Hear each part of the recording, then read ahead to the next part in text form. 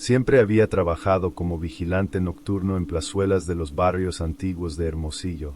Casi todas las noches eran demasiado silenciosas, con el sonido de los grillos mezclado con el ruido lejano de las motos que pasaban por las avenidas. Mi turno empezaba a las 10 de la noche y se extendía hasta el amanecer. Un lunes por la noche, me asignaron cubrir a un compañero en la plaza de San Felipe. Era un lugar sencillo, con un viejo tobogán de metal, 2 columpios y un sube y baja oxidado. Llevé un café y una linterna, como siempre. El lugar estaba mal iluminado, pero aún así me sentía seguro, como siempre me pasaba en espacios abiertos. Todo parecía normal hasta alrededor de la 1:30 de la mañana, cuando noté algo fuera de lo común. El ruido fue suave al principio, un crujido metálico. Pensé que era el viento sacudiendo la estructura, pero el clima estaba completamente quieto. Apunté la linterna hacia el tobogán y, por un momento, no vi nada, pero al bajar el haz de luz, noté una pequeña sombra, agazapada en lo alto del juguete. Mi primer pensamiento fue que alguna niña se había perdido o escapado de casa. Caminé hacia allí lentamente, llamándola en voz baja para no asustarla.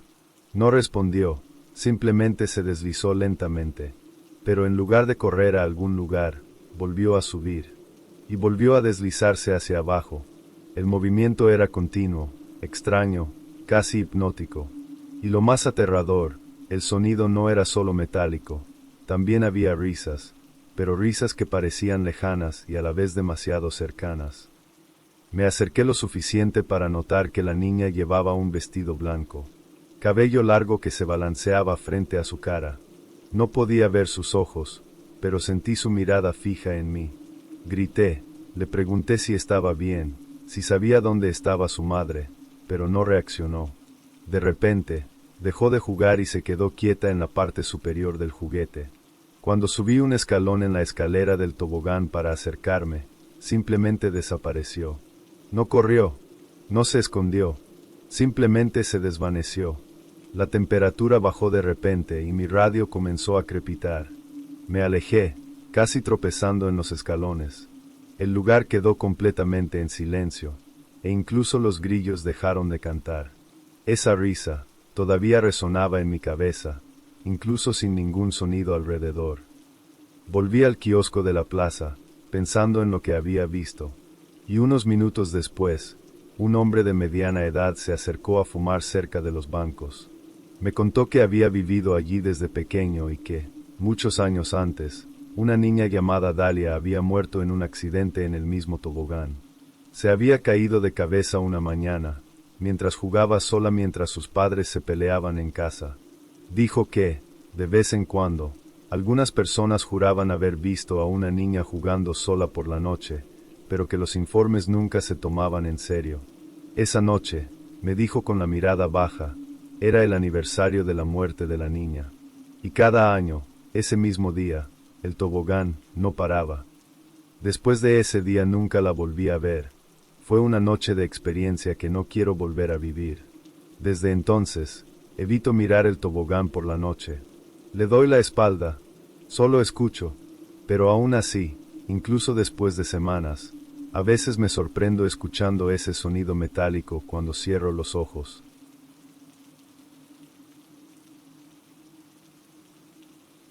Esta historia no es mía, sino de mi prima Renata.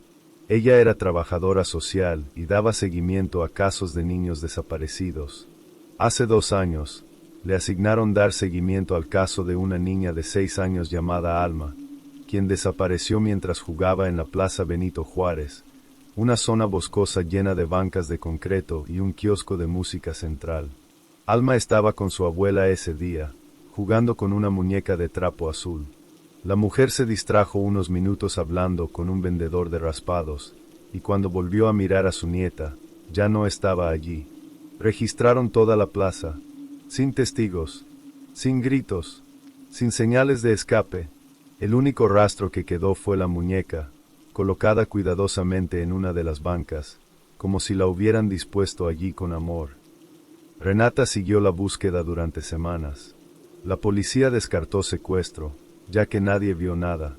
La madre de Alma empezó a decir que oía la voz de su hija durante la noche, llamándola desde la plaza. Pensaban que era luto o desesperación. Pero luego empezaron a oír extraños informes de los vecinos, que decían que la muñeca azul aparecía de nuevo, sola, en diferentes bancos, siempre entre las 2 y las 3 de la mañana. Primero, en un banco cerca del parque infantil. Luego, en el banco frente al kiosco de música. Días después, junto al bebedero seco. Cada vez que la muñeca aparecía, estaba en un lugar diferente. Una noche, sentada con las piernas cruzadas, otra, tumbada de lado, con los brazos extendidos como pidiendo ayuda. Renata, escéptica por naturaleza, decidió verlo por sí misma. Llevó a una compañera de trabajo con ella y pasó la noche en el auto estacionado frente a la plaza. A las 2:17 de la mañana, la muñeca apareció sola. Estaban seguros de que el banco había estado vacío minutos antes. La cámara del celular grabó todo, pero en el video, solo apareció la muñeca en el banco. Ningún movimiento, ninguna figura acercándose. Nada. Renata salió del auto y fue hacia el juguete e intentó tocar la muñeca. Dijo que, cuando la sostuvo, sintió los dedos entumecidos, como si hubiera cogido un trozo de hielo que no se derretía. La muñeca olía a flores marchitas y tierra húmeda. La llevó para analizar, pero al día siguiente, el objeto había desaparecido. Después de eso, la muñeca reapareció 3 noches más seguidas.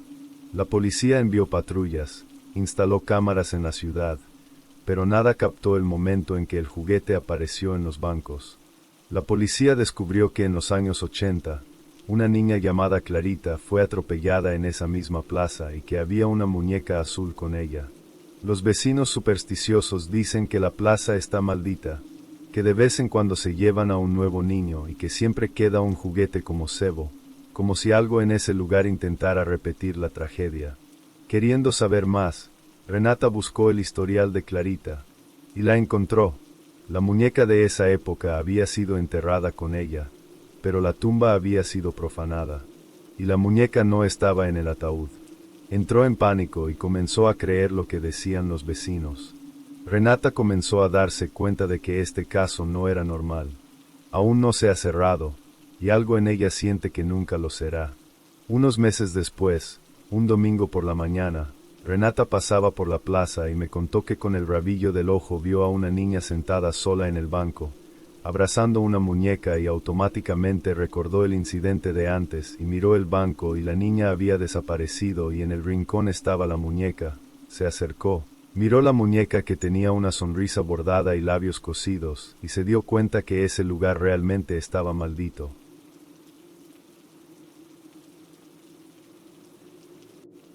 Esta historia me llegó a través de uno de los psicólogos de la Red Municipal de Guadalajara. Atendía a un niño de 8 años llamado Mateo, diagnosticado con trastorno disociativo tras una serie de episodios extraños relacionados con una mujer invisible con la que hablaba constantemente. La madre de Mateo contaba que todo empezó tras mudarse a un complejo de viviendas cerca del Parque Metropolitano. Era un lugar tranquilo, con un sendero para caminar, un lago artificial y un parque infantil de madera. Mateo iba casi todos los días, sobre todo por la tarde, hasta que empezó a regresar diciendo que se había hecho amigo de una señora, como él la llamaba. Decía que vivía cerca del agua y que solo aparecía cuando el parque estaba vacío. Al principio, sus padres pensaron que era solo su imaginación, hasta que Mateo empezó a actuar de forma extraña. Hablaba solo, se reía de chistes que nadie entendía, dibujaba figuras femeninas con el pelo cubriendo toda la cara. Un día, su madre encontró a su hijo de pie en la orilla del lago, con los pies en el agua y la mirada fija en la orilla opuesta, repitiendo en voz baja: «¿Quiere que me vaya?». Cuando intentó sacarlo de allí, Mateo entró en pánico, gritando que no podía dejarla sola, que estaba triste. Una tarde, mientras jugaba solo, su madre le tomó una foto de lejos con su celular. En la imagen, había algo muy sutil, detrás del niño, cerca de los árboles, pudieron ver una silueta blanca agachada, casi imperceptible, como si alguien estuviera observando. Cuando ampliaron la imagen, El rostro de la figura no tenía ojos, solo un agujero oscuro, donde debería haber rasgos. El psicólogo intentó comprender el origen de esta fijación. Durante una sesión, Mateo comentó que la joven había contado que había sido niña como él, pero que se había ahogado en el lago cuando el parque aún estaba en construcción. También dijo que ahora estaba atrapada allí y solo podía hablar con quienes se sentían solos. Empezó a hacerse evidente que el niño era más que un simple paciente con una imaginación fértil. Surgieron otros informes de grupos de residentes, niños pequeños hablando solo cerca del agua, gritos femeninos que se oían por la noche provenientes del bosque, y una mujer con un vestido de lino blanco que se veía pasar, siempre entre las 6 y las 7 de la tarde, la hora del atardecer. El ayuntamiento alegó que todo era superstición, pero la administración del parque cortó el acceso al lago al anochecer, alegando riesgo de ahogamiento. Mateo finalmente dejó de hablar con la joven, pero a costa de mucho sufrimiento. Fue hospitalizado, se sometió a sesiones de regresión y medicación. Dijo que ella se enojaba, lloraba por las noches y prometía volver. Cuando alguien se olvida de cerrar la compuerta del lago. Su madre lo sacó de la ciudad y se mudó a otro lugar, con la esperanza de que con el tiempo olvidara todo eso. Pero antes de irse, me envió una última foto, de un cartel de madera en el parque con la advertencia, cuidado con el terreno resbaladizo. Y justo detrás, entre los árboles, una mancha blanca, encorvada, con el pelo largo arrastrándose por el suelo. Hoy, dicen que el parque está más tranquilo al final de la tarde, como si algo simplemente estuviera observando desde lejos.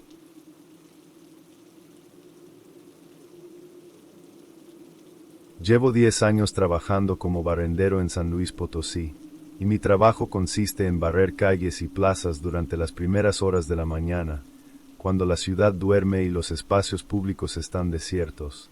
Una de las zonas que más me gustaba cuidar era la Plaza de los Naranjos, cerca del centro histórico. Era una plaza común, bancas de piedra, grandes árboles de sombra y un pequeño espacio con suelo de color donde, durante el día, los niños solían dibujar con gises. Durante años, nunca había visto otra cosa que jóvenes borrachos o gatos nocturnos. Pero desde el mes pasado, empecé a ver cosas raras. Todo empezó con los dibujos que nunca había visto hacer, pero que aparecían cada mañana, frescos, como recién dibujados, incluso cuando no había nadie. La primera vez que lo noté fue un martes. Llegué a las 3:15 de la mañana y vi un dibujo de una casa con puertas rojas y una figura en el techo. Parecía un niño tumbado allí, con los ojos grandes y sin boca. Me pareció inquietante, pero continué con mi trabajo. Al día siguiente, hubo otro y durante días así, hasta que decidí empezar a tomar fotos. Todas tenían la misma firma, un corazón con 3 líneas al lado, y los dibujos empezaron a contar una historia, como si fueran capítulos de algo que estaba sucediendo en tiempo real. Primero, una casa, luego, una habitación con una ventana, luego, un niño atrapado dentro, luego, la misma figura, pero ahora afuera, mirándome, literalmente, con los ojos dibujados mirando hacia donde solía detenerme con mi escoba. Se lo conté a mis compañeros, pero se rieron de mí, excepto uno. Julio. Él creía en estas cosas porque había visto apariciones de pequeño. Vino conmigo. A la tercera noche juntos, vimos aparecer un nuevo dibujo. No vimos a nadie, pero la tiza se arrastraba por el suelo, dibujando como guiada por una mano invisible. Julio y yo, aterrorizados por la escena, nos quedamos allí hipnotizados, simplemente observando en silencio. Esa mañana, el dibujo mostraba toda la plaza vista desde arriba, y en el centro, había 2 figuras, una con una escoba, la otra sin cabeza. Julio dimitió al día siguiente, se lo tomó muy en serio y quería mantenerse alejado de ello. Intenté avisar al ayuntamiento, pero nadie lo tomó en serio. Hasta que una señora mayor que llevaba un tiempo observándome de lejos me dijo que debía dejar de trabajar allí a esas horas de la noche.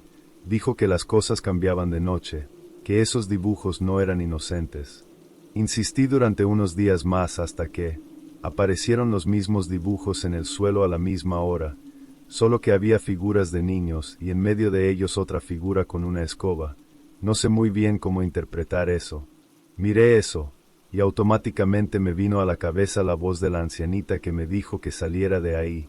Así que eso hice. La busqué para averiguar sobre las apariciones, pero no la encontré. A veces pienso que tal vez fue solo un ángel que me salvó de algo que pudo haber salido mal. A veces ignoramos las señales que nos dan ciertos lugares. Quizás nunca dejaron de hablar.